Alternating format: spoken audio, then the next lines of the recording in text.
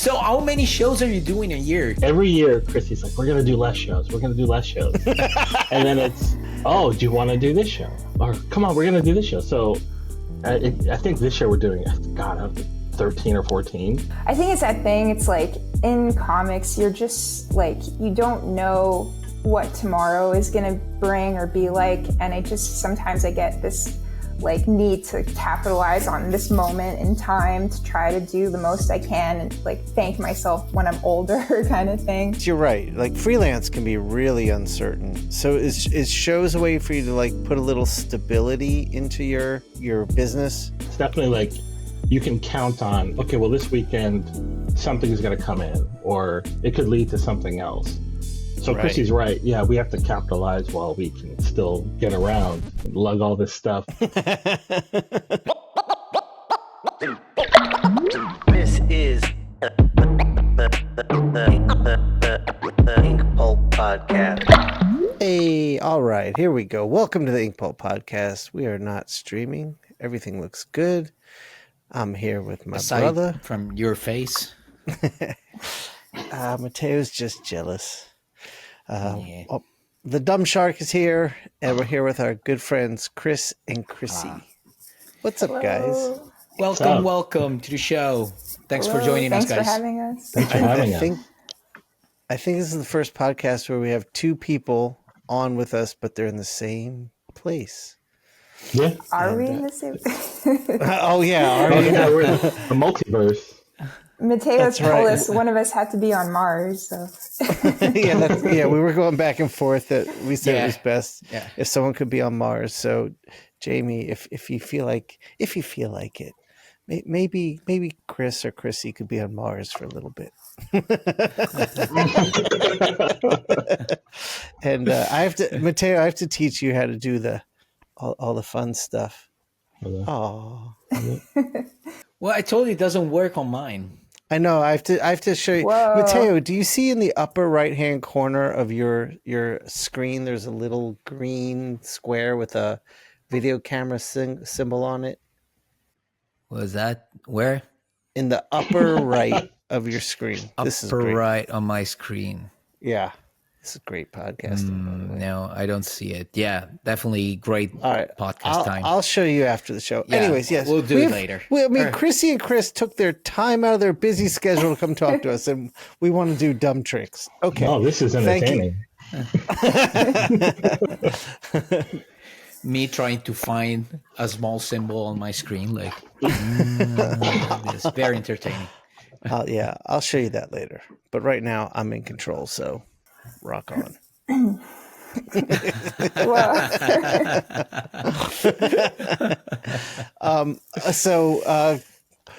I want to talk to you guys. I definitely want to focus a bit on conventions because I've paid attention and we've talked a lot. I paid attention to what you guys are doing and like how to set up, what to sell, all the business strategies. Yeah. But you guys do a lot of conventions, huh? So many. We're about to leave. You're about to leave for one, right? Yeah. Tomorrow. And then we're going to see you in Dallas like the week after that. Yeah, and then that's awesome. You're going to be there. Awesome. Yeah. Yay. Yeah. Do you guys want to grab dinner again? You want to grab dinner again? Yeah. All right. Yeah, that was fun in Chicago. Someone told us about this amazing wing place. The wing place? What's it called? Okay. It's like Buckethead or something. I don't know what it's called, but like someone said there's like amazing wings right near the convention center. All right. Well, if you know the name, email it to me. My wife's cousin works in the food industry there. She sent me a bunch of recommendations too. So we're setting it all up. That place in Chicago was delicious. Oh, that was good. Yeah, Matteo, you would have liked that. They called it Mediterranean, Matteo, but I felt like it was really just it was like a pasta place. I had to cancel at the last second. You were afraid of the border. I so wanted to do. Yeah, I didn't want to. I didn't know what was going on, and the news was so fresh that I decided, I'm gonna skip, especially because I knew that I was going to Dallas. Yeah. So, I was like, we're definitely in a more stable situation now. See how it goes. Yeah. We had a few. I call them the guinea pigs. Some of our groups. Some people from our group, they were still going. So I was like, you know what? I'm gonna wait and see what happens to them first, and then decide based on that. So nothing happened to them. So No, the two Alessandros made it through. Yeah. Those were the two of the guinea pigs. And Matteo had a third guinea pig, which was Rod Reese. Rod Reese in our group is from Brazil, and he made it through, so we're pretty safe. Now watch, Mateo's going to get held up at the border. I know. A month later, like I'm in jail. So get turned in a around. detention center. Poor Matteo. We'll come fight at the airport for you. Yeah, I'll Boy, break if you you go out, to the brother. wings place, just bring me wings Yeah. from the place. Throw them through security. Hey, everybody. Matteo and I have some announcements we want to get to you. Some exciting stuff is going on. Yeah, absolutely. Big news. You might have heard it on my social media, but I'm gonna say it here as well. So, Nemesis Forever #1, issue #1. It's Nemesis Forever, the book that I've been working on over the past few months. It's been recently announced with Mark Miller, of course. Is the basically the final chapter of the whole Nemesis saga. And issue #1 will be out in August 29th, and it's now available for pre-order. So just order your copy now. And also on other news, there's another book that I did with Mark in 2021 that I'm really proud of, which is King of Spies. Basically, Dark Horse is republishing it in a new version, which is the King of Spies Library Edition hardcover.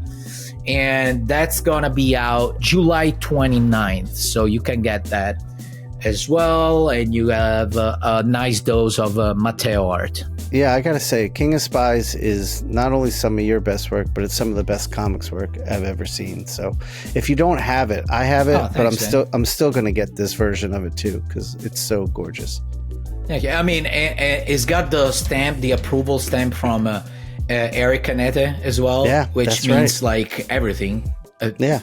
Eric loved it. Just for the fact alone that he hates everything I do, and this one he likes it. So, you should go and buy it.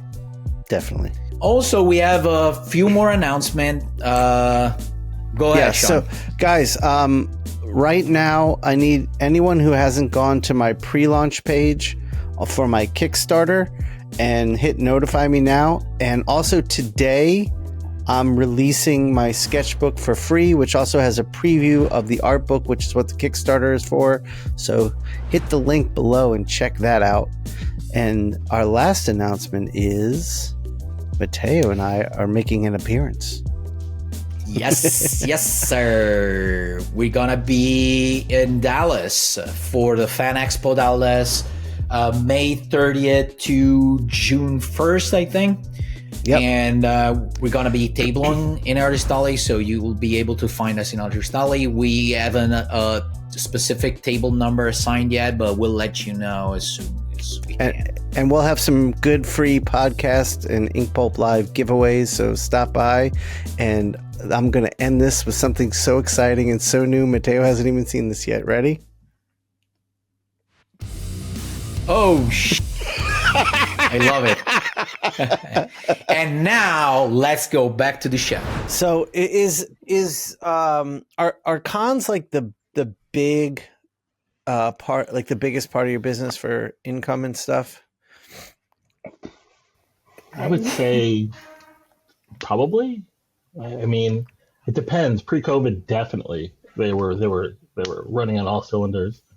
Since COVID, it's about a 50-50. And I think a lot of people would say that. What made you lean into cons so hard? Me, it was just my buddy and I wanted to work in comics. And we were like, well, what's kind of a way to get noticed? So we started doing like the old wizard shows. And then everyone would be like, oh, you should do this show. You did really good at this show. You should do that show. So slowly it started to like just build up, and you would add more and more shows, and then you want to go to places you've never been, and if you have someone willing to bring you out, yeah, why not go for it and get to see the country, get to see the world. It's pretty awesome. Yeah. So are you always doing shows together, or sometimes just one of you does it, or you try all the time to do it together, or depending on schedule, sometimes somebody's not going? We try to do most of them together, but like Chris just did a horror show, which I would not be suitable for a horror show. So Chris did that on his own and did really well. And then I think I did like Seattle on my own. But then I feel like whenever we're not somewhere together, everybody's like, is everything okay? Because we're always together all the time.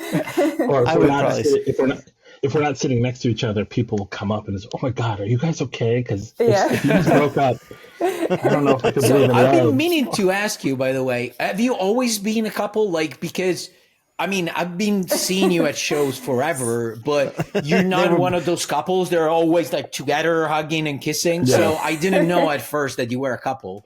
So is that something that started by doing shows, or you were always a couple? We were just friends at the shows for like 5 or 6 years, I think. Yeah, we met at Heroes, actually. Yeah. Okay. And then it evolved. Yeah. and then we started doing shows together, but just we were sort of in a group with other artists where we were just trying to save on costs and split hotel rooms and all that stuff, and then then eventually we did become a couple, and then we were always sitting next to each other. And I think until we were married, people were like, "Are they a couple? Aren't they a couple?"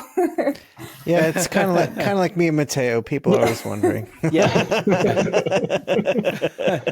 Except we're not an actual couple, but everybody thinks we're a couple. I remember in Denver, we did a show, Denver Comic Con, I think it was, and it was the week of Pride as well. And I remember a guy insulted us on the streets because he thought we were a gay couple. True. It's like, look at this F word. I'm just disgusted. Or like, Jesus that's awful. Christ. That's awful. But it was fun at the same time to think that they immediately they associated like a Pride. Okay, this two are definitely a gay couple. Definitely. I forgot about that. I think I like pushed that way back in my head, but yeah, I remember that. That was hilarious. So how many shows are you doing a year? Can I more or less a ballpark? I feel like this year it's like Well, 12. hold on.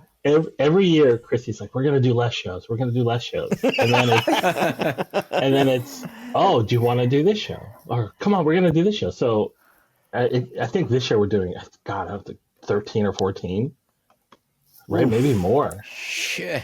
I think it's, sorry. Go ahead, babe.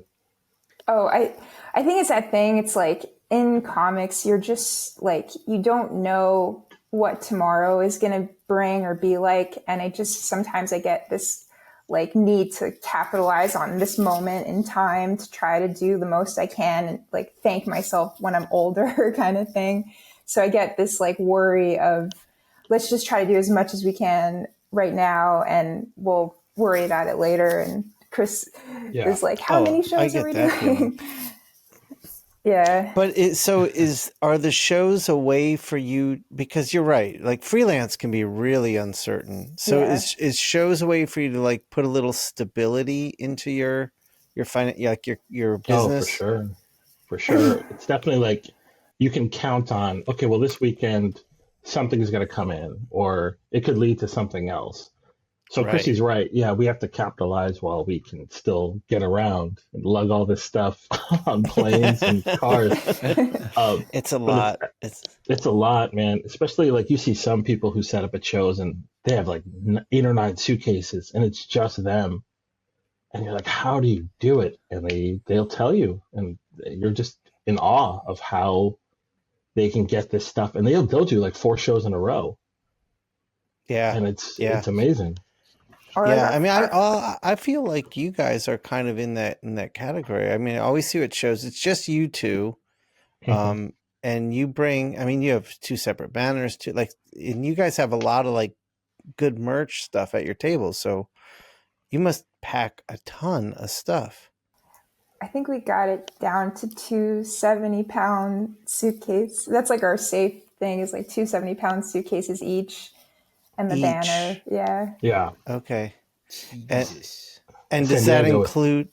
does that include like the clothes and stuff you're going to need, or is Yeah. that just the Yeah. table? So you, 2 suitcases each, 70 pounds each at most, and you've got And then a everything you banner. need for and a banner Yeah. which you carry on. Yeah. Dude, Yeah. I don't miss carrying that banner on. I hate it. I hate it. I kind That of was like always a pain in the ass. What? I You kinda like carrying like- the banner? No. I kind of like the conventions in a way because it kind of gives you control. Like you can, make your own merchandise and make your own prints, and it gives you this like sort of like business side of the whole freelance thing where you kind of think more of like, well, what do people want to buy? Or like we're always trying to think of like new fun merchandise things besides art prints and I kind of like that like aspect of the freelance world too. So it's kind of like it's kind of fun to have that plus like your work at home. I think of them sort of as two different things. Yeah, I It get is- that. I mean, this want to make things, and then like I like that aspect too. I always look at you guys as kind of the beacon for like having good ideas and really maximizing sales with merch stuff at shows. What's Yeah, I good think about it stimulates that part of the brain that interpret well, whatever that Entrepreneurial. entrepreneurial part of the brain. While instead, if you just do comic book work after a while, you're so used to just do whatever you're told, and Yeah. it's not basically your responsibility to do stuff so that people like it. So that part of the brain is not stimulated enough, I think. So it's great. I totally agree with Shawn. I like that part as well. So that's why I'm really excited about my project because that stimulates that part of my brain that sometimes it's too sleepy sometimes when I'm doing too much freelance work. So it's that's like great. the double-edged sword too with conventions. It's like you're constantly racking your brain about what will sell. Like, oh man, will this sell, or why isn't this selling? And then you start to almost sometimes create art based on the moment as opposed to something that you actually really want to work on. It's like, well, I don't know this character, but it seems to be selling, so maybe I should draw it. And you don't put your whole effort into it. You don't put your whole heart. And I think, like Chrissie always says, people will notice if you're just kind of chasing as opposed to letting it come naturally. But conventions are great because you get almost an instant feedback of, okay, well, this is working and whatnot. I like that. Go ahead, Matteo. Go ahead, Shug. Okay. I was just yeah. Go ahead. So does it happen? It just came to my head right now. So when you're undecided about a thing that you're gonna bring to the show, and you have two options, I would just wonder now. Maybe it's a stupid question. Do you maybe do that thing where I don't know, Chrissie does this thing and Chris does this other thing, and see which one you basically use yourself as a tester? Does my question make sense at all? Yes. Yeah. I think sometimes that works because we do sit next to each other or we sit across from each other, and we'll see like, wow, those stickers are really selling. So let me add more stickers. Or if we make a bookmark, oh wow, the bookmarks are selling. And I think also the benefit of us doing the shows together is we get an outside perspective. So Chrissie will see maybe something that's not working for me, and we'll make a suggestion, and then kind of vice versa. So it's kind of a nice thing to have someone there to do this with. Yeah. So, Chrissie, from what my memory is telling me, and please forgive me, I'm old and senile, so, but you came in really with like your freelance really took off at first. Is that a correct statement for your career? And then you kind of downshifted the freelance a bit and upshifted in the convention stuff? Yeah, I almost right out of college, I got my first job in comics, and I was very consistent for like the first year with freelance work. And this goes back to that thing of not knowing what tomorrow will bring, because I was like very consistent month after month with work. And then for like, say, a year, I didn't have anything.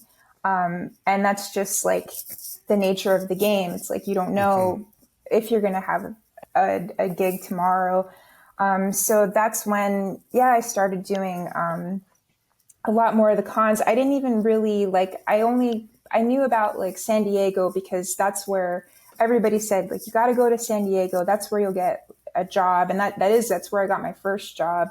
But then once you start doing one, they say, oh, you got to check out Emerald City. You got to check out New York. And then I would go to all these different shows, and it opened my eyes to like, oh, there's like this whole other side of this industry. That's these Comic Cons, which, I think for any artist, it's like, not like a crucial thing that you have to do, but I think being able to go out there and like meet people and meet the fans and have people, tell you about like how they like your work, or, I think it's like a great part of this whole career, is doing these cons. So. Oh yeah, absolutely agree. Like, and you gain a different kind of audience because, let's say you get hired to do Batman tomorrow, and for sure you'll have maybe 100,000 readers for those issues that you'll do, and probably that will reflect on shows in terms of commissions. You'll get ask for a lot of commissions, Batman commissions and stuff like that, but most of that audience, usually when you're not a Batman anymore, it doesn't stay because they're there for Batman. Instead, if you start doing shows constantly, you develop a fan base that is going to be that fan base from that show that is always going to be excited when you're there. I remember like in New York, we have this young kid that at a specific day, I don't remember when, I think on a Friday or Saturday, he brings us donuts, for example, So you start developing this kind of relationships that are deeper than just, I'm a fan, but just because you're on this book that I like, So it's again, we said it more than once on this show, but it's exactly as you said, Chrissie. It's a different side of our business, but it's a great site. It helps you develop a great audience as well. So it's and we've made like, it's amazing. I'm just sorry that right now and with family and everything, I can. We've made definitely. We've made like really good friends through conventions who started out just coming up and buying things, and then slowly you see them more often, and you develop we developed really good friendships with a lot of these people, and some of them came to our wedding. And, wow. Oh, that's awesome. And That's awesome. And it's a weird thing because conventions are this kind of almost like a traveling circus, but Right. you do so many of them, you find yourself, wow, I have more friends kind of on the road now than I do back at home. And that's the great thing is like, again, we had like our friend Kyle, we met Kyle at San Diego. And then slowly we're like, oh, there's Kyle. Kyle. Oh, let's go to dinner with Kyle. Let's go to Disneyland with Kyle. And, Kyle's the man. Too, from California. Yeah, Kyle's the man. Being like someone who at first was just really focused on freelance and thought of cons as like an afterthought. Like I would go to cons. I didn't think of it as like setting up a business there. I mean, I was with Essential Sequential, so Jason did, but I didn't think like, what can I add to that? And after doing that for years and then hitting a dry patch, like Chrissie was saying with freelance, you're like, oh shit, I haven't built a business for myself at all. And this, I think cons, like everything we're talking about, is that like showing the importance of that. Like you do build relationships, sometimes friendships, sometimes just, acquaintances, whatever it is. But those people, when you connect on that level, are more interested in what you're doing than, like Matteo was saying, like just being a fan of Batman. And I think it's a really important thing for creators to be considering, especially now. Mhm. Especially 100%. too, like people trying to get like hired. I feel like back when we first started, there wasn't really like the social media, like there wasn't the Instagram, and I feel like nowadays that's almost like necessary. Like people always are looking at like your social media, and then like what conventions, because editors are just like also going to the conventions and walking around and seeing, whose, style kind of sticks out to them. So it's almost like it's not necessary, but it is a good way to get yourself out there if you're looking for work. Oh yeah, Yeah. absolutely. I go ahead, Chris. You're I about to was say gonna say, something. like, Chris is right. Like, especially San Diego or New York or even Seattle, you never know what art director or who's going to be walking around scouting. And that's where I got, most of my big work is from just people stumbling upon me at like San Diego. Mm-hmm. So Yeah, it's definitely. true. Yeah, Yeah. absolutely. And not only that, sometimes they're not even necessarily scouting, so they're not specifically looking for, but maybe there's a couple of editors in comics that they still have a couple of vacant spots for a book, and they go to a show and then they see you at the bar. Let's say it's one of those more like, I don't know, Charlotte, where everybody gathers at the bar at the hotel, at the specific hotel, so everybody's Hmm. together. And then, they're getting a drink at the table and they see you. It's like, oh, Matteo, I haven't seen you in a while. How are you? Then they go back to the room. We're like, oh, you know what? I should ask Matteo for that. So it's not necessary that they're looking for it, but seeing your face, I mean, maybe it's more valid than for me because I live on the other side of the planet. So especially back then, it helped me a lot being at shows because people would remind people that I existed. Yeah. But yeah, I absolutely agree with that sentence. Like it absolutely helps like being there. Yeah, It's New it's York, the past few years has been, all my freelance came from being at that show. Mm-mm. it's true. It's also like when they're just kind of cruising around, like not working, but just like hanging out, is Yeah, when kind of like you're like, oh wow, okay, well I remember you now, like you're saying at the bar. Oh, I remember you walking around. Did you have a good day? And you strike up conversations, and it just kind of happens organically too, which is a good thing. That's why the social game too of doing conventions is really important, and that's even something we had to learn. It's like, oh, we shouldn't go to bed right now. We should just go and get a drink and see everybody. And I would like, always go to bed because I don't want to be social, but then I had to teach myself you got to be social. we we would be at the bar and Chrissy would order a hot tea. And we're like, I'm well, ready for and them. then do a I'm an line old of coke lady. in the bathroom. But that's a secret. We're gonna cut this part, all right? But we all know, Chrissy. We all know. No, oh, I'm an old lady at heart. I'm ready to. I'm in bed by 10. yeah. If there's a booth or a couch at the bar, Chrissy will find some way to lounge in it with a hot tea. I dig that. I dig that style. If she's feeling crazy, she'll get a shot of Bailey's. So that night we had dinner, Chrissy was in party mode. You had a drink with us, right, at the beginning of dinner? She had a And gin the and famous tonic. line of Oh coke yeah, in the like bathroom. That's why. no drugs. No, yeah, no. I'm much. When I first started, like I was very shy and very like, okay, go do your work, go to bed. But now I love going out. I'll go. I had so much fun at dinner in Chicago with you guys, and I love that part of it too because it's like even we were saying like with the editors and stuff, like it's like people that you want to work with are people you get along well with, so it's all like part of it, like if you're fun people to be around, then yeah, like I want to maybe collaborate or like do something. So it's like, it's always something like that too. And then building the friendships. Like I've made so many friends, like lifelong friends, I feel, from these conventions and doing these shows and stuff. So I don't know. I like it. Now I'm much more social. Because of the cocaine. No. No. Chrissie's never coming back to this show. We've just. I know. But I do think it's important. We do get a lot of people like with our Patreon and our Discord, like asking, how do you break in?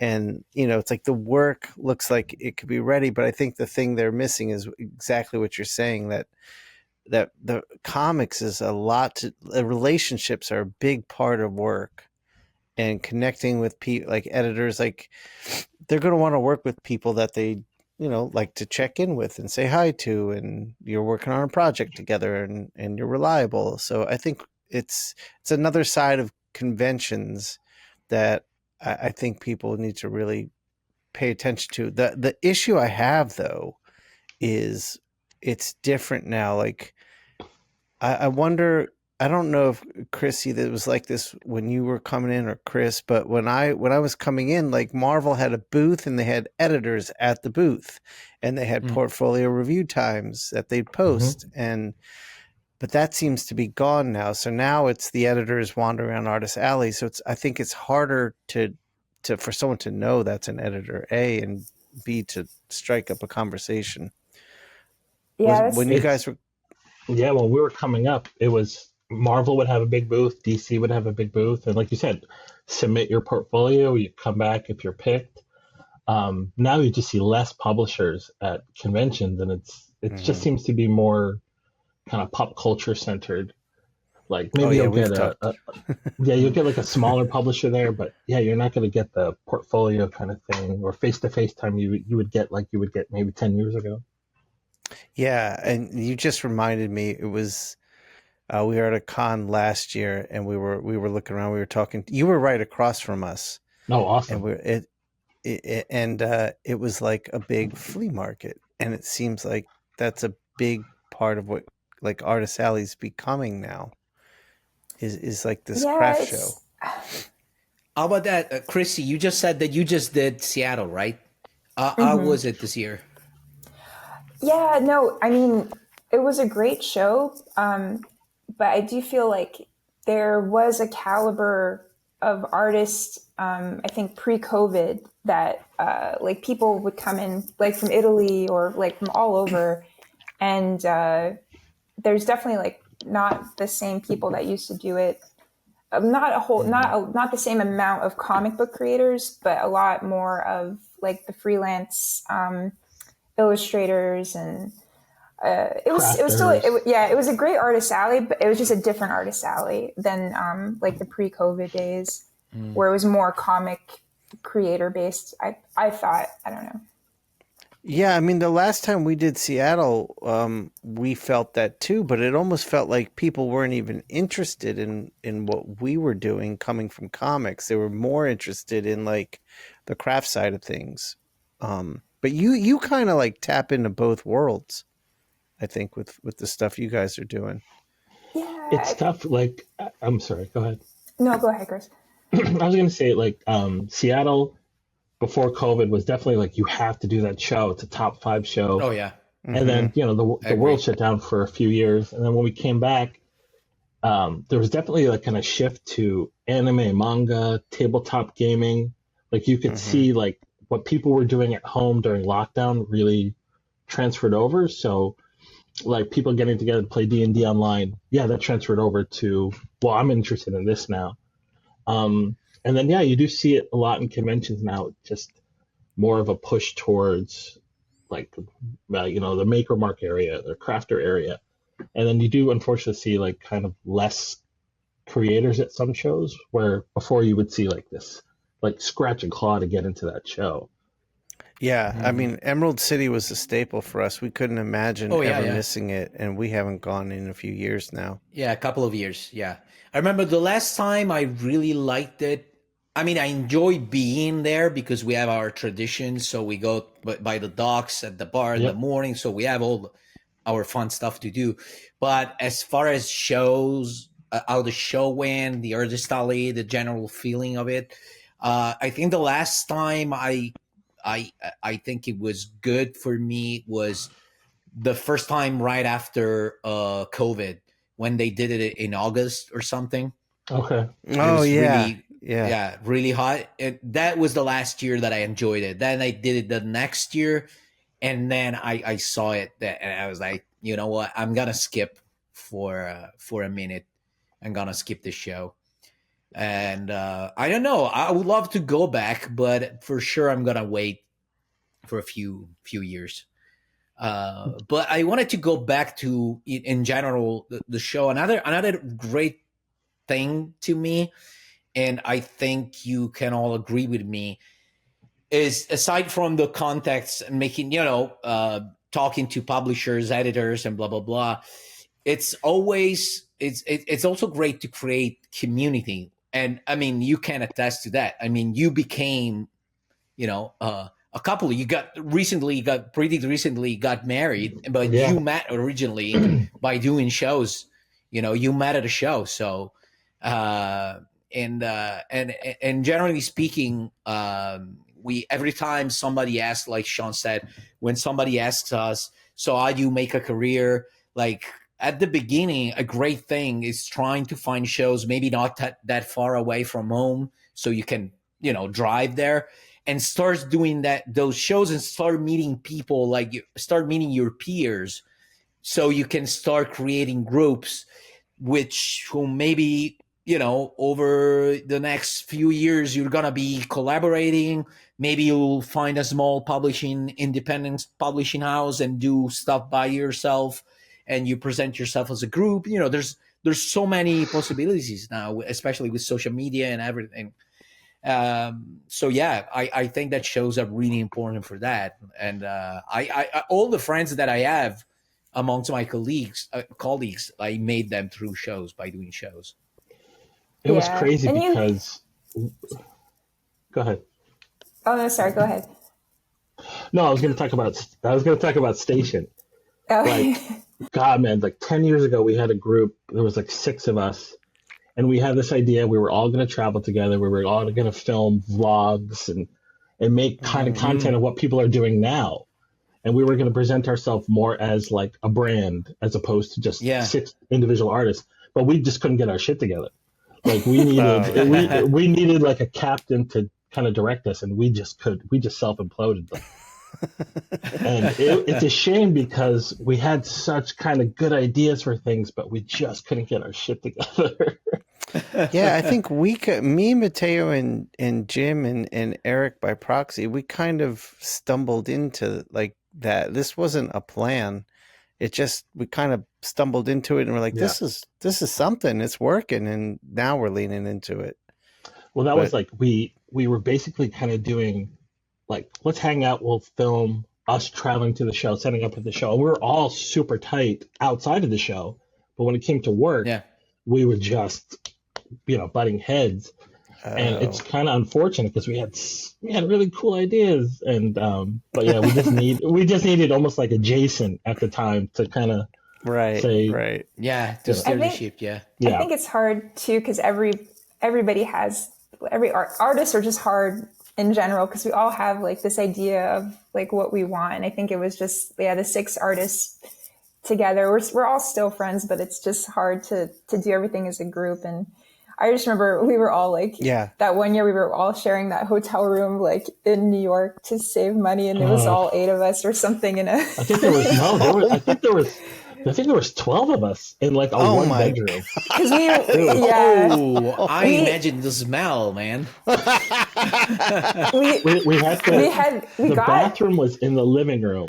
We got an Airbnb, but it canceled almost the day before, so we ended up in this hotel room had a bedroom and a living room with a pullout, and the bathroom was in the living room with frosted glass, so you could clearly see everything going on in that bathroom. Oh my god! So we had to go out and buy a plastic tablecloth, and we taped it to the door, and we all took turns sleeping in the bed, and other people were in it. It was It was a mess. that broke us too a little bit. Yeah, that'll do. And that was at New York, you said? Yeah. New York Comic Con. There's not a worse show to be doing that. That's awful. And that's when we were all like on different sleep schedules too, because Chrissie likes to go to sleep early, and at the time Matt and Billy and I would be up till 3 or 4 in the morning, and we would want everybody to, if we were awake, we wanted you awake with us, and we would come back to the room, and Chrissie and our friend Sarah, they would be asleep, and we'd say, "Wait, come out and let's talk to you about." We would make up a card concert. games. Boner jams is the or something. Yeah, so I think that didn't help our group dynamic. Is 2 of them want to sleep. Would you show up at the show like on time the next day if you were up that late? I'm always early, but I feel like back then, like the guys, I don't know, you guys would come right at the open, I think. Well, I can function on very little sleep. Like I maybe average about 5 hours of sleep a night. Oh my God, I wish I could. It's getting harder now, but we would almost do it to torture Billy, like Billy Fowler. Yeah, like I love Billy. Billy loves sleeping, and we would come back from the bar at like 1 a.m. and be like, "All right, Billy, we're gonna go to White Castle." He's like, I want to go there. I want to do it. And we drag him to White Castle. And then so many times he'd just be asleep with the hamburger, and we hit the table, and we would keep him up, but yeah, we would get up the next morning, just do it all over, and then recover when he got home, and it was a fun time. That's it. That's a young person's game right there. Yeah. I mean, I did it too back in the day, but Matteo and I are pretty responsible now. We're always there early. We usually get to the show early. Yeah. I remember even when I used to stay up late, I was always making sure that I would be at my table at start time, if not an hour earlier, to start working. Wow. Yeah. Sometimes in horrible conditions, but I would still be like there. What? Hungover. Yeah. Oh. Yeah, completely hungover from the previous night from the 2 hours earlier. Yeah, I remember. Well, that's the other thing too, is then you have to remember, like, oh yeah, this is my job this weekend. I have to, because I remember we went to Denver, and that's the first time they had legalized weed. Oh, we were there. We were there. Yeah. And I remember just like being so excited. We went to the dispensary. Chrissie did not partake, but just I remember enjoying it, and being at the show, being like, "Oh shit, I'm really fucked up. People are gonna know," and then just like, and then I remember an editor came up, and I was just like, "Oh god, all right, maintain." And the whole time in my head, I'm just like, "Okay, calm down, Oh, bro, I remember that, bro. Like that was not good." Yeah, I remember that year. We had a few things go on. I remember everyone went to the dispensary and bought way too much shit. And then the last day of the show, everyone was scared to bring it home. I had the bright idea, like, I'll take it home. And it just became a thing where everyone's like, Shawn's going to bring it home, so just give it to him. So I ended up with a suitcase full of it. It was the first time I'd been somewhere it was legal, and I was freaking out. And I was like, I gotta fly home today.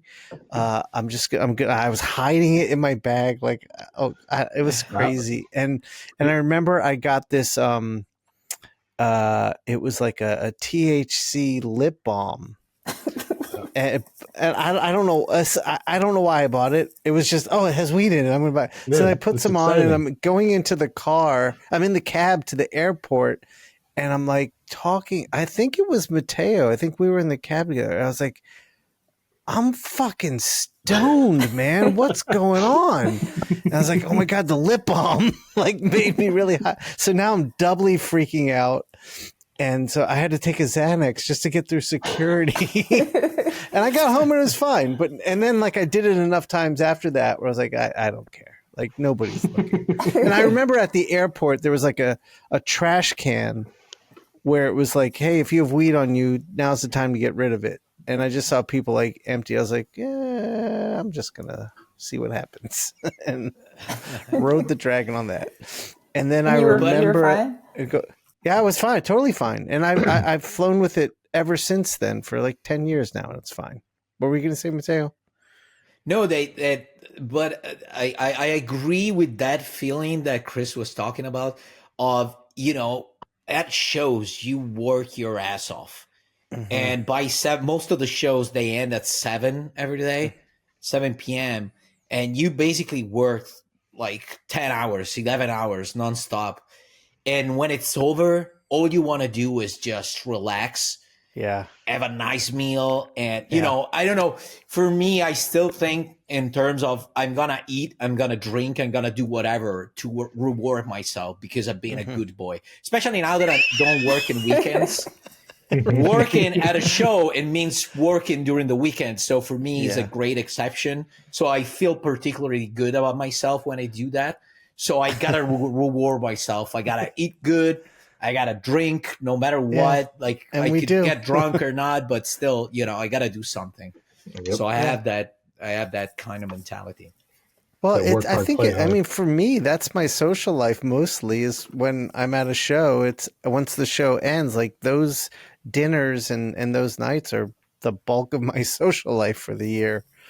So, yeah. Oh, yeah. It's I- true. That was sad, I mean, what you just said, but I know. It's terrible. So, The life Chris, of the a little freelancer. violin. really, really sad. But yeah. No. So I wanted to ask you this thing because my experience in life has always been I've always had partners that wouldn't basically give a fuck about my job and what I do, and especially now that we have a 3.5 years old at home. Whenever I leave, I'm basically abandoning my family and leaving my girlfriend alone with this fucking demon. So everything that is good for me and my career is bad for my family, basically. That's Dude, what happens. This is real. So I every time I think of you guys, I'm like, how lucky they are that they have a partner that completely understands. So I wanted to explore this thing if you want to the downside as well and the upsides of being a couple doing the same thing, having the same kind of working in the same business. You want to start, Chris? There's Good move, Chris. Good move. there's definitely pros. There's definitely cons. The pros, you get to share this awesome life together. You get to travel together. You get to always be with each other. So all those things are wonderful. The bad side, I feel like, I don't know, people always like want to compare us, or like sometimes people would come up to us and just be like super Make it a rude, competition like, and between say the two of things. us. Yeah, like Oh shit. yeah, like a lot of people. It's amazing what people that you don't know what they'll say to you, or like, so it's hard sometimes. It's weird. Yeah. Being not. Sorry. Oh no, I was just gonna say, like, people will try to make it a competition between the two of us, and it's like, well, why wouldn't I want my partner to be successful? Like, why wouldn't I want the best for them?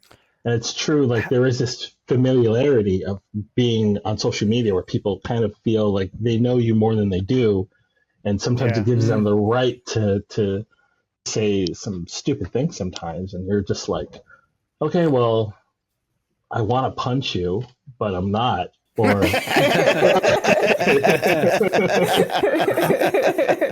So wait, what do they do? Otherwise, I won't be invited to the shows anymore. So that's the only reason why. yeah. How do you like? What do they do to like make it a competition between you two? They'll Like, what just do they come up say? and be like, well, like who's doing better this weekend? Or like, Oh. or just like stuff like that. And it's like, okay, we're two separate people, but we're still together. So again, why wouldn't I want her to be Right. kicking ass right now? Or why wouldn't I be proud? Or just something, really kind of dumb that you wouldn't say to someone normally. Mhm. I think that's the thing. And Chrissie's like killing it right now. I'm just like it's great to see, and I'm like super proud of her. And like, yeah, why wouldn't I be so stoked for my wife to be Totally. firing on all Oh, yeah. cylinders? Yeah. Totally. So yeah, Yeah, you absolutely. get dumb, and then people will make like inappropriate comments about Chrissy, and like I literally have to stop myself from like jumping over a table because like, bro, I could I'm imagine. not your Oh, friend like that. Like I'll kill you. Like maybe check that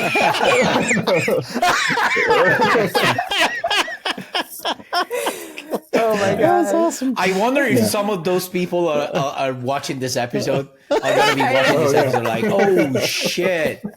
No, What did I I don't think do? I don't think those people are that aware. They're like, yeah, he's probably got a lot of annoying other people, but he loves me. Like we're like this. so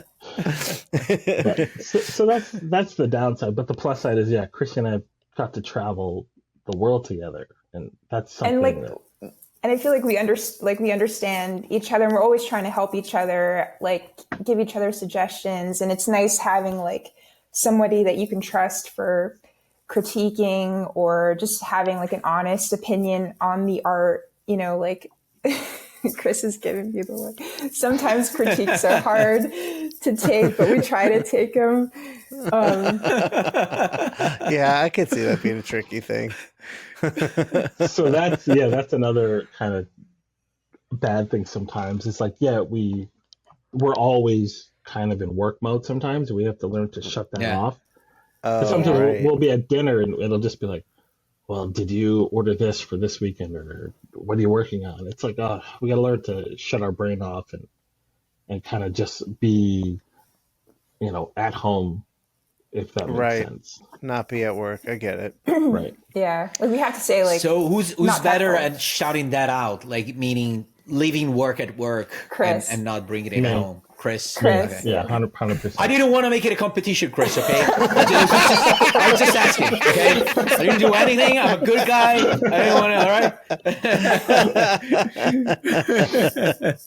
No, Oh god. it is true like that. I feel like I'm always work. I'm so annoying. Yeah. I mean, I relate to You're very that. driven. Which is awesome. Which I mean, you both are. Actually, I wanted to ask you guys for like a strategy. Like, let's say someone's new to sitting in Artist Alley, and this is the same question I wanted to ask. How should they approach their table, their merch, like strategies for what should be there and how you should be working it? Man, I feel like that's always evolving. But definitely first thing is just be respectful of your neighbor. Like, because you don't know who you're going to sit next to today. Could be something else 10 years from now or 5 years from now. And then just kind of have a variety of things. Like, and that's something we learned from maybe even doing anime shows, is you see some of these people in Artist Alley and anime shows, and man, their merch game is next level, and you're just like, whoa. Yeah, I was gonna say, you guys see, now that you say it, that's exactly what we're seeing more of at cons. It's more of an anime influence on things. So you guys are probably earlier adopters of that, I would guess. Like for a long time, it was Prince, and Chris and I were just talking about this. Like Prince, we're like, woo hoo hoo. And our friend is doing a show this summer, and he hasn't done a show in a long time. Like? And just what? I was like, woo, woo, woo. But just telling him the difference from the last time he did a show to now. It's just like you have to have smalls. You have to have all different price ranges, and you do have to make your booth more appealing for casual people walking around. And I think that's something, we learned just from doing these shows. Like I remember showing up to a show with just a banner, and that was, it was amazing. And now you're bringing a store with you.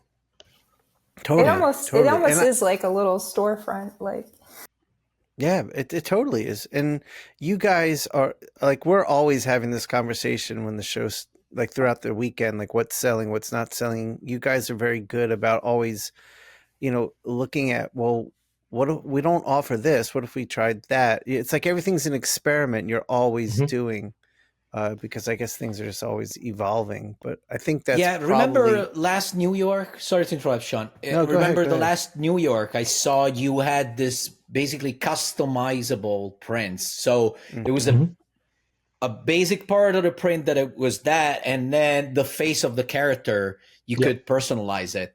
And you were saying that, I remember talking specifically to you, Chris, one morning before, people would get in. And you told us that was selling really well. It was. I did. I tried it in San Diego the first time, and I tried on Jason Voorhees, and I left his mask blank.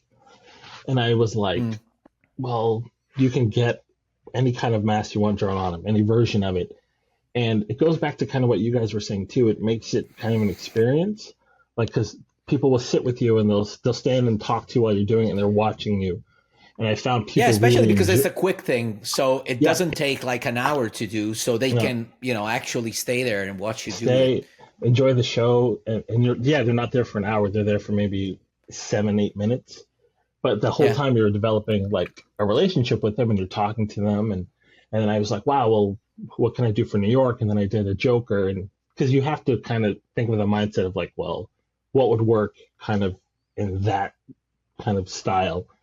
And even now for San Diego this year, I'm thinking, well, who could I do for that? Because it's a print, but it's also an affordable piece of original art.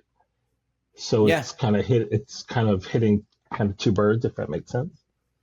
Yeah, I thought that was brilliant when I saw it. And then you were also saying you knew someone who was did a limited, like just for the con at San Diego, someone did limited prints where every day they had a different one that was only available that day at that show. And you said they killed it on that, right? Yeah, go ahead. Oh, I was like, I think that's that thing too of building up your reputation year after year, because there's these guys that they'll do like, and they've built up their reputation that every year this will be the Thursday exclusive, the Friday exclusive, the Saturday exclusive, and they always sell out because they are continuous every year. So they built up that reputation, and everybody waits in line because they know this is the only time I will be able to get this, and it's true. Yeah, they make crazy money. Brilliant.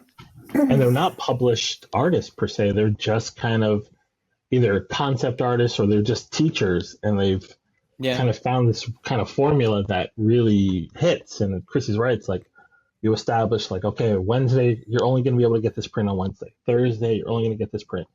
It doesn't work for every show. Like, you couldn't do that at Awesome Con or Motor City, but definitely New York, San Diego, those bigger shows where people are there. But you're like, that's something I would have never thought about unless I'd been at a show and seen it and just started asking questions. And that's another thing to do if you're first starting. Just ask questions and just be curious. I feel like most artists are willing to help you. Go ahead, Chrissy. I feel like if you're starting out, like, a lot of artists are willing to help out other artists, like give you pointers and give you tips and recommendations on what conventions are good. And just trying to ask questions is always crucial. Oh yeah, absolutely, totally agree. So I don't know if things have changed, but I remember, especially when I was doing a lot of shows back in the day, I would have like my list of this show is better for this kind of things. Like, I remember, for example, I would do Fan Expo in Toronto, and that was great for actual covers. I would sell a lot of originals, especially like beat pieces. And then other shows were great for prints. I remember a Montreal show when they were big with actual books. They wanted books to read more than just, original art or commission. So is that still a thing, or you can find a specific item that sells more or less everywhere, or every show is different? I feel every show is different, kind of. Depending on where the show is, subject matter will sell better than other subject matter. some shows are like, Charlotte is a very sketch heavy original art show, but if you go to, I think feel like Chicago, it's prints and stickers, and because it's more of a wider range of audience, I would say. Like in the Northeast, it's a lot of like, and horror will sell really well, wrestling sells really well up here. So it just depends on the area and the culture. Like so, I think subject matter. So I would changes say, from region to as region. you said at the beginning, diversify is the best option, especially if you do a lot of shows, because you got so many different places to be, and every place is different. So probably, diversifying is a great thing. What do you guys see as like right now essentials that you'll have at every show? I'm sure stickers is on the list. Is that correct? Yeah, Stickers are And, cool. Chrissy's- Everybody what about- loves stickers. Chrissy's building a sticker army. Are you? I think it's like Are you- it's an easy, it's an easy sell, and people love something small. Like so many times we would sell prints, and we would always hear like, oh, I have, all my walls are filled with prints. We got that last year, got that last time. So I think having, like something small and easy. Who doesn't love stickers? I don't know. Yeah, no, I Right. think stickers are great. What about pins? It seemed like they were really hot for a while. You think they cooled off a little bit? We I think so. we still do the I think pins for We do it like exclusive, Sorry. like for New York or San Diego. Yeah. Sorry, go ahead. So how many pins will you print if you do a New York exclusive? Like how many pins will you make? probably like 100 for the weekend, Okay. and like just like exclusively for that weekend kind of thing. Yeah. And you advertise it as exclusive? And and your card Yeah. back, you even put like the show and you put something on it. So it gives it that kind of like you're only going to get it here. And then if you do have Okay. leftovers, then you put it on a different pin back. So Oh, I got yeah. you. Got it. That's But so I just wanted to We're getting bring close up to the 1 hour mark. So, sorry. Go ahead. Go ahead, Chrissy. Sorry. I have a no, slight I was just delay, gonna so say- sometimes go ahead. I was just going to say too, like, I think a sort of a crucial thing nowadays too is actually being able to draw in person. And even if, like, I know some amazing artists who can like only draw in the privacy of their home, but if you can like draw in person at these shows, I think that's also like a skill that you see less and less of, because especially nowadays, like there's a lot of more AI art and like just strictly digital art.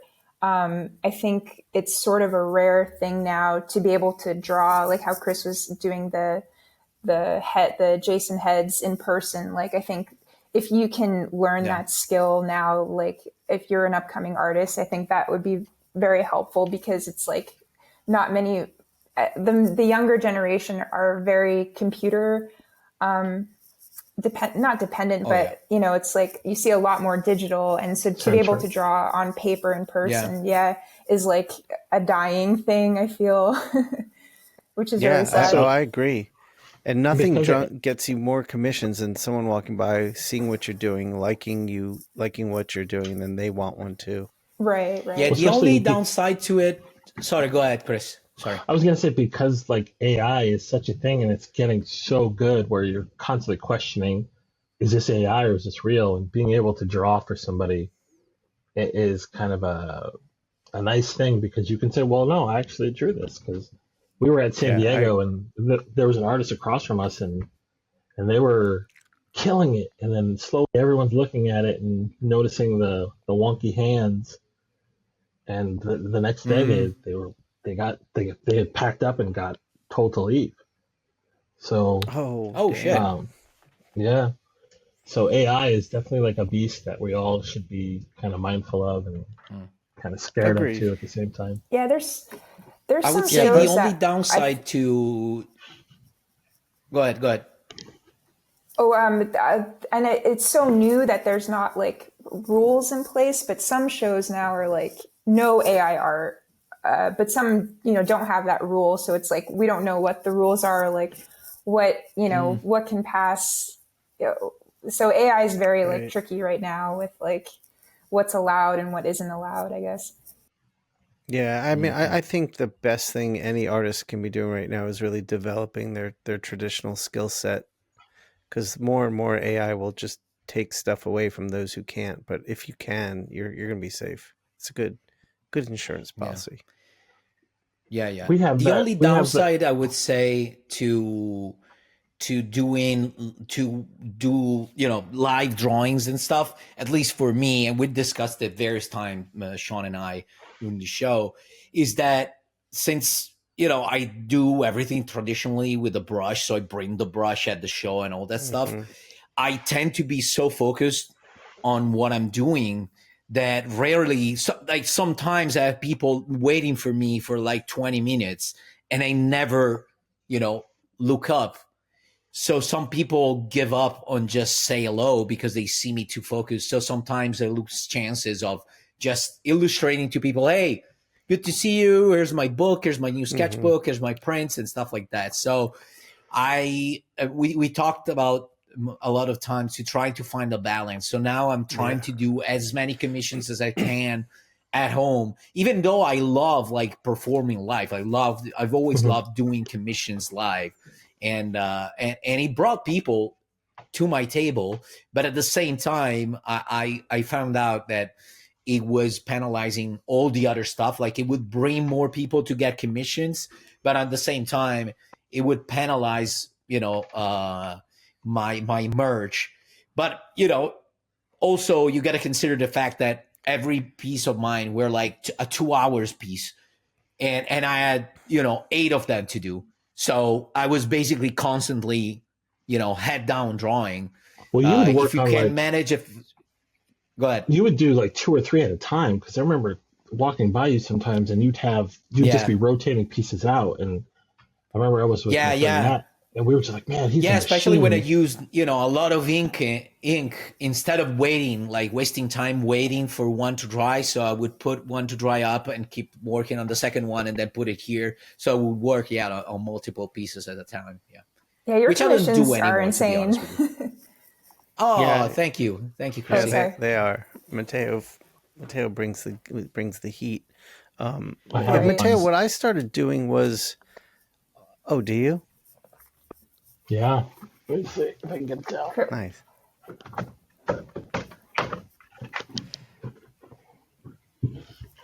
I think it's a Jason. Yeah, it's a Jason Voorhees. Oh shit! Oh shit! Hell yeah! Yeah. That's awesome. I got it. Was that with my sketchbook, with my art book, or New York? Okay. Yeah, Jason. I got it through Jason, and I remember you were working at the show, and my friend came by and he goes, "Oh, you're gonna shit your pants," and I was like, "Oh, I'm so excited!" And yeah, you killed it, my dude, and you killed it. It's pride of place in our thanks, studio. man. But yeah, so what I started doing was I'm just doing small commissions now, and I won't take a ton. I'll take like 4 or 5 for the weekend. So it's something I can do that isn't so intense to focus, so I can stop and chat and come back to it. But those have been a good solution for me, because I'll still make some money on that, and I'll still have time to like talk to people and show everyone like the prints and the stickers and what's going on with everything Inkpulp. So that seems to be working so far. I started doing little sketch card commissions too, because that's a good idea.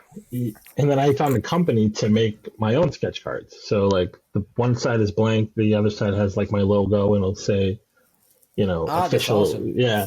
So that's something, again, I learned from doing shows from like another artist. And, but yeah, just this again, company. I got, let me see what they're called. They're called Shipping Shields. No, maybe not. They just do the packaging. But these I thought were neat. At OAX, they gave these. So I thought about like printing these up with like a little Inkpulp logo on them. And then when you buy a sketch card, you just slip it in there and give them the little envelope. Oh, see, that's cool. So I'll have to ask you about That's awesome. They look great. Yeah. Send me an email. I'll give you the stuff. Yeah. But it's a game. We just hit the 1 hour mark. So before we end, I wanted to ask you straight up, which one do you think is the best? No. It's a very informative question. Nothing, who's better at what? No worries. So Where the The best city with the best cocaine. Well, that's for Chrissie at the end of the show, yeah, for sure. But Is it too late to not do this podcast? No, I'm just kidding. cancel. Aboard the whole show. Don't let Matteo ruin it for you. So, what's the best show you think, business-wise, and what's the best show in terms of where you can have a great time just doing the shows aside from business? Good question. New York business. New York and San Diego. New York because we have less expenses. We don't have to fly there. We can just drive in. New York and San Diego are two probably shows you can't miss. And then we just did a show. OAX was such a great show. So good. It was fun business wise. It was good, and it was just kind of I saw you guys are going to be there next year, and it's such a great show, and you almost want more shows to kind of be like that. Well, it's a new tendency amongst comic shows. They're popping up more and more, so I think we're gonna see more of that. I think we're kind of. I think that artists are kind of. I don't want to say done with the big shows where you can have everything now, because those are still gonna exist. There's a lot of people, a lot of attendees. So as you said, like New York or San Diego, they're profitable and great for artists. So we'll keep doing them. But alongside, I think we'll see more and more of that. And is there a show where it's a hit or miss in terms of earnings? So, but you keep want to do it because you have so much fun, or the people working there are great, or whatever. I'm gonna let Chrissie answer this. Well, I was gonna say WonderCon because just for us, it's a very expensive show because it's in California, so we're East Coast, we have to go to the West Coast, and it's always sort of hit or miss. Sometimes we make money, sometimes we don't. But we used to just see our friend Kyle, or we would go to Disneyland. the great Kyle. And great so Kyle. it's the great Kyle. Or John Higashi. It was more like with John Higashi. John. Yeah. John's the best. So it was more John is so nice. He's amazing. He'll pick us up at the airport and takes us around LA. Yeah, he's the nicest guy. Isn't he like a NASA engineer or something? He's a rocket scientist. Rocket scientist, yeah. And we have a tradition with him every San Diego since we've been going. It's Wednesday night we go with him to In-N-Out. Shit. Yeah. So every Wednesday we hang out with John, and it's really again, if we didn't do shows, we wouldn't have met John. We wouldn't have formed this friendship with John. But yeah, WonderCon is kind of a hit or miss show. And Chrissie loves doing it. But we always try to do it. Well, now you have OAX, you can go to Disney World. That's true. But then even talking to other artists now, you see them going to other shows like Level Up in Las Vegas, or OAX, just not comic shows, but other kind of avenues for them to. What is Level Up? Level Up heard of that one. It's in Vegas, and it's becoming this big show where it's pop culture and gaming. Okay. So you would think, well, I don't know if I would do well there, but you forget kind of they're all intertwined. People who tend to love gaming, love movies and pop culture and comics. So that's why Chrissie says, I don't know if I do well at a horror show, but it's, they're still in that same kind of family. And not only that, you got to consider also this factor that not a lot of comic book artists are going to be there. So you're going to be one of the few ones in there. So you have almost this kind of exclusivity aura around you. And that could be, another great thing for business. That's why we used to do at anime shows, we do well because, Chrissie and I would be the only ones selling, Batman or Snow White something. So it's true, you got to hedge your bet sometimes. What about you guys? You guys don't do as many shows. What are your must go to? I mean, New York is a must go-to show Yeah, for I agree with your business, pick. Yeah. but also I know Matteo will always be there, so I definitely want to go so we can hang. And we also have the most fun, I think, in New York. It's like it's on one hand the hardest, most exhausting show you can do, but we also have the most fun doing that show because the nights Yeah. we have great dinners. Yeah, and especially because everyone is there. So basically, we have the whole week planned. We have Yep. dinner with this person and lunch with this other person and dinner again. So it's super fun. Everything's super fun. Seattle used to be that for us. Like I miss it, remember us saying every time, okay, New York and Seattle, we're always gonna be doing those. And yeah, Seattle went down a little bit, especially the last year. As I said, business wasn't that great, and also a lot of people didn't attend. A lot of people that we know that used to be there all the time. So also that other part of hanging out with other artists kind of fell off. So yeah, but and I have fond memories from Charlotte too. I want to go back there. Yeah, I always liked Charlotte. That's an easy one to do. But You guys OAX is now up there. I enjoy that show a lot. It's a very easy show to do. It just celebrates the art. So everyone you meet is just either a fan of art or an artist. That show is something special. I really enjoy that. I'm excited for Matteo to get to experience that one. And Jason hasn't tried to get you guys to do San Diego with him, or is it just? I mean, he off the always book? asks. He always asks. Yeah. I haven't done San Diego. It's probably been almost 10 years now. Yeah. You should go back. Plus, you know what? It's I want to go back one day. The thing is that Jason, that's the only show where Jason has an actual booth. So he's able to sell my stuff even without me being there. And for me, you have to consider that just to get there, I need like 17, 18 hours. Oh, right. Yeah. It cost me a fortune. It cost me a fortune to eat there and sleep there. And then, from what I know, maybe things have changed, but from what I know, you only get like half a table in the artist alley. Is that right? Do we get 4 feet? Yeah. 4 feet. Yeah. Oh my God. So, and I seen that because I've done that show like 3 or 4 times when I was younger, and I've seen that it's like how messy it can get. Like everyone is there. So at the end of the day, there's a certain point when Jason had a booth and I saw that I made, I don't know, like 10 grand without being there. I was like, okay, Stay this home, is a sign. Like, yeah, God or whoever is telling me not to go there anymore because I'm gonna make money. And to be honest with you, that was a one-off. Like that was the only time I made so much money without being there. But still, I don't know if I'm ready for that mess. But I have plans of doing it again in the future. We'll see. Yeah, I would do it again, especially if Mateo's gone. But I would probably do like limited hours sitting at Jason's booth. Yeah, Yeah. probably Like, have at like the a- booth. Yeah. Yeah, that's probably the best way to do it.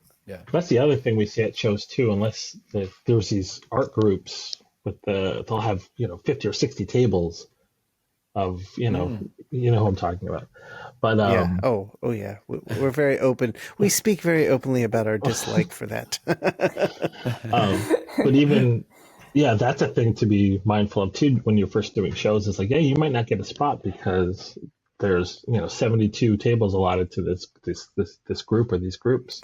Well, yeah, and that's kind of what that was like the final nail in the coffin for me was Matteo and I wanted to do Denver one year, and this is when Jason was still partnered with them, and Jason found out that they just ate up the entire budget, so there was nothing for Essential Sequential left. Wow. And I was like, fuck that, man. That's some bullshit. But yeah.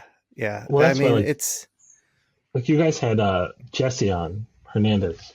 Yeah, And- we love Jesse. Dude, Yeah. it dude shocks me he came to New York. I'm like, Oh, yeah. I am Oh my God. baffled by that one because I was see crazy. people... And that's not the only show where he's had trouble like getting in. Yeah, like there's I other don't get shows it. that he's like a prime example of someone you definitely want in Artist Alley, because it taps into the comic stuff, but it's a whole different product. It's a whole different way of seeing things. Nothing looks like Jesse except Jesse, and he's super like chatty and easy to talk to. Like he's like a perfect artist for Artist Alley. Yeah, he's the best dude. And it's like, if you don't like, he's a big deal. Like, yeah, oh yeah, I know, yeah, I know, dude. He's texting me pictures of when he's like filming a commercial with Tom Morello. Like he's spray painting behind Tom playing guitar, and I'm like, what the hell is happening? But yeah, Jesse's a huge deal. I don't get it. And then you see like some really like new amateur faces in Artist Alley that aren't even ready to be there, and you're like, how did you turn down Jesse for that? It's we baffling. almost wish you knew the selection process, but yeah, you're never gonna know that stuff. No, and every show it's totally different than the other shows. Yeah. But all right, yeah. So okay, we've done the hour. I'm gonna, Chrissie, if you want this episode wiped out, if you're No. on the edge, this last thing's gonna definitely put you over the edge where you're never gonna want to come back. Well, so I before apologize. my infamous bye-bye, Yeah. we've been talking about shows for basically 45 minutes. Yeah. So what shows are next for you guys? You have Detroit this weekend, so probably the episode is coming out too late for that. But what other shows?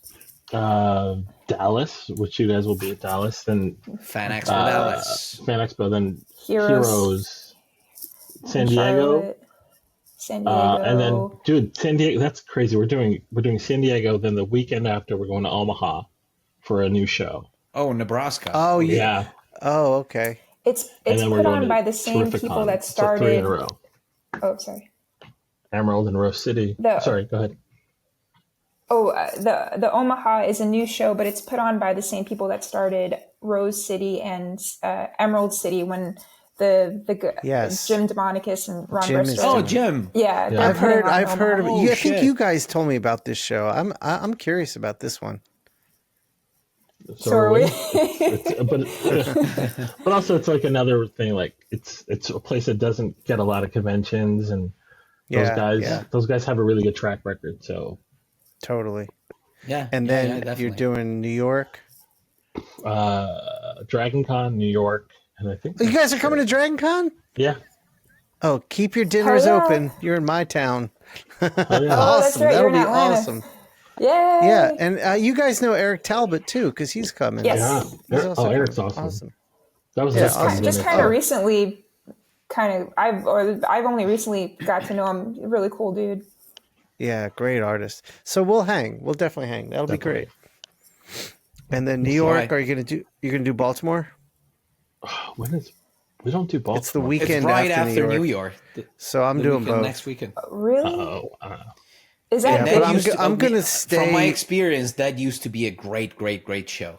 I've never been, and I'm from there, so I got to go. But I'm going to stay in New York. Like, I'm going to do the show. We'll hang out for a couple of days with Matteo in the city, and then Jim and I are going to go stay with Jason and head down to Baltimore with Jason, and then I'll go home from there. Yeah, okay. You should Yeah, do we really did well at Baltimore. Baltimore. Yeah. I hope. I hope. I mean, I'm excited to do it. I've never done it before. All right. So, Chrissie, I apologize for what's about to go down. Guys, don't hang up. We're going to hit stop, and then we'll talk, and then you guys can do your thing. Okay. But first, just brace yourself.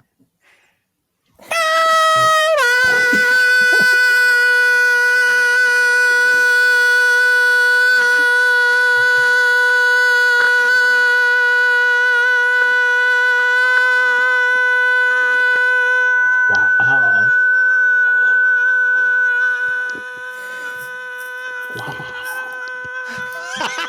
That's crazy.